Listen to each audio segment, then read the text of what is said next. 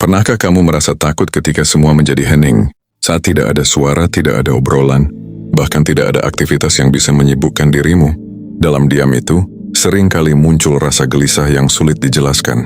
Seakan-akan ada ruang kosong di dalam dada yang tiba-tiba menelan kita. Manusia modern begitu takut dengan kosong. Kita merasa harus selalu sibuk.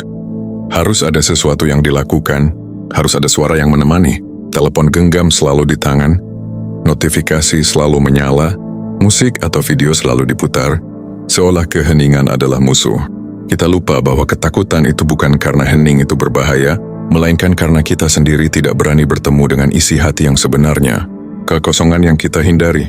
Kosong bagi banyak orang terdengar seperti kehilangan. Kosong artinya tidak punya, tidak ada, tidak berarti. Kosong artinya gagal. Itu sebabnya kita sibuk menumpuk apa saja agar tidak merasa kosong. Ada yang menumpuk uang, ada yang menumpuk prestasi, ada yang menumpuk perhatian orang lain. Semua itu hanya untuk menutupi satu ruang yang sebenarnya tidak pernah bisa ditutupi, kekosongan batin. Padahal bila mau jujur, segala sesuatu di dunia ini bermula dari kekosongan. Bayi lahir ke dunia dengan tangan kosong. Nafas pertama adalah ruang kosong yang diisi udara. Bahkan sebelum dunia ini tercipta ada kehampaan yang mendahului. Tetapi manusia modern lebih suka melarikan diri dari kekosongan itu karena takut menghadapi dirinya sendiri. Ada psikologi kekosongan. Dalam psikologi manusia disebut makhluk pencari stimulus. Otak selalu ingin ada rangsangan. Jika tidak ada muncul rasa bosan, cemas, bahkan panik. Itulah mengapa orang lebih suka scroll media sosial berjam-jam daripada duduk diam 5 menit tanpa apa-apa.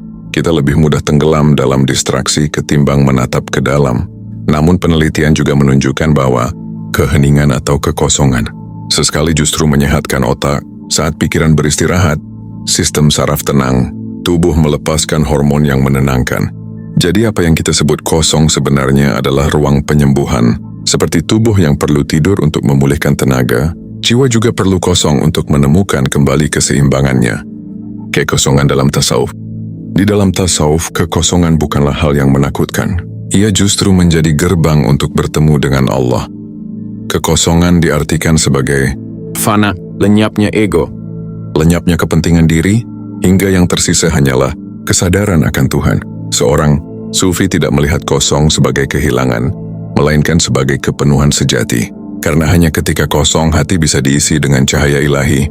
Allah berfirman dalam Al-Quran, "Ingatlah, hanya dengan mengingat Allah hati menjadi tenteram." Surat Ar-Ra'd ayat 28. Ayat ini seolah mengajarkan bahwa ketenangan bukan datang dari kepenuhan dunia, melainkan dari kekosongan ego yang kemudian diisi dengan zikir. Sufi menemukan makna itu lewat khalwat menyendiri, menyingkir dari kebisingan, dan berani tinggal dalam hening. Dari situlah muncul ketenangan sejati. Analogian kehidupan tentang kosong. Coba kita bayangkan sebuah gelas. Bila gelas sudah penuh dengan air kotor, seberapa banyak pun kita menuangkan air segar, tidak akan pernah menjadi jernih. Gelas itu harus dikosongkan dulu agar bisa menerima yang baru. Begitu juga dengan hati manusia. Selama hati penuh dengan dendam, iri, marah, tamak, bagaimana mungkin cahaya Allah masuk? Hanya dengan mengosongkan hati dari penyakit-penyakit batin, kita bisa benar-benar diisi oleh keberkahan. Atau bayangkan musik. Musik terdengar indah bukan karena nada-nada saja, melainkan karena ada jeda, ada diam di antara nada. Tanpa hening, musik hanyalah kebisingan tanpa makna. Begitu juga hidup. Tanpa kekosongan, hidup hanyalah deretan aktivitas yang memekakkan. Perlawanan ego. Manusia modern adalah manusia yang paling takut kosong, karena kita hidup dalam budaya validasi. Kita merasa harus selalu menunjukkan sesuatu. Pencapaian, status, gaya hidup. Kita tidak tahan jika tidak ada yang melihat kita. Ego selalu ingin diisi, tidak pernah puas, tidak pernah mau kosong. Tapi semakin kita menuruti ego, semakin kita jauh dari ketenangan. Seorang ulama sufi berkata, "Kosongkan hatimu dari selain Allah, maka engkau akan dipenuhi olehnya." Inilah yang membuat kita sering merasa hampa meski sudah punya segalanya. Karena hati kita penuh oleh hal yang salah. Kita tidak pernah benar-benar mengosongkannya untuk sang pemilik kehidupan. Praktik kekosongan dalam Islam. Dalam Islam kita diajarkan untuk berlatih kosong. Syalat adalah momen untuk mengosongkan diri dari urusan dunia, lalu fokus hanya kepada Allah. Puasa adalah latihan mengosongkan perut, agar jiwa merasakan lapang. Zikir adalah latihan mengosongkan hati dari suara dunia, lalu mengisinya dengan satu nama, Allah. Para sufi juga mengenal khalwat, menyendiri dalam hening. Bukan untuk kabur dari dunia, tapi untuk membersihkan jiwa dari kebisingan batin. Kekosongan ini bukan nihil, melainkan ruang untuk menata ulang diri. Magnet rezeki dan kekosongan. Ada rahasia besar tentang rezeki yang jarang disadari orang. Rezeki lebih mudah datang pada hati yang kosong. Maksudnya hati yang tidak penuh dengan keluh kesah, iri dan ketamakan. Hati yang kosong itu netral. Dan netral adalah frekuensi paling kuat untuk menarik keberlimpahan. Kita sering mengira bahwa semakin kita mengejar, semakin kita mendapat. Padahal semakin kita mengejar dengan rasa serakah, semakin rezeki menjauh. Justru ketika kita ikhlas, melepaskan dan mengosongkan hati, pintu-pintu rezeki terbuka dengan sendirinya. Paradoks kekosongan. Ada satu paradoks yang hanya bisa dipahami dengan hati. Semakin kosong kita, semakin penuh kita. Semakin kita melepaskan, semakin kita menerima. Semakin kita berhenti mengejar, semakin kita ditarik oleh kebaikan. Itulah rahasia batin yang hanya bisa dirasakan, bukan sekadar dipahami dengan logika.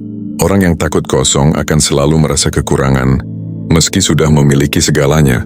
Tapi orang yang berani kosong justru selalu merasa cukup, meski tidak punya apa-apa. Inilah paradoks sufi. Inilah kebijaksanaan yang menenangkan. Kekosongan adalah ketenangan sejati.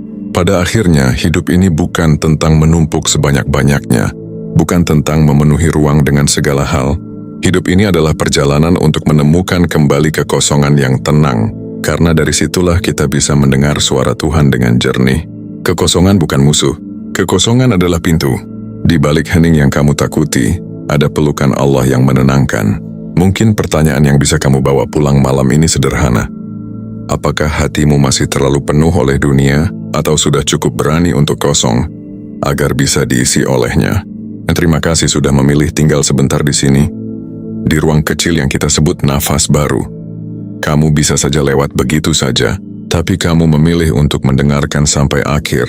Itu tanda bahwa hatimu sedang mencari, sama seperti hatiku saat menulis ini. Semoga apa yang singgah di sini menjadi bekal untuk perjalananmu yang panjang. Karena sejatinya nafas baru bukan hanya milikku, tapi milik kita semua yang rindu pulang ke ketenangan.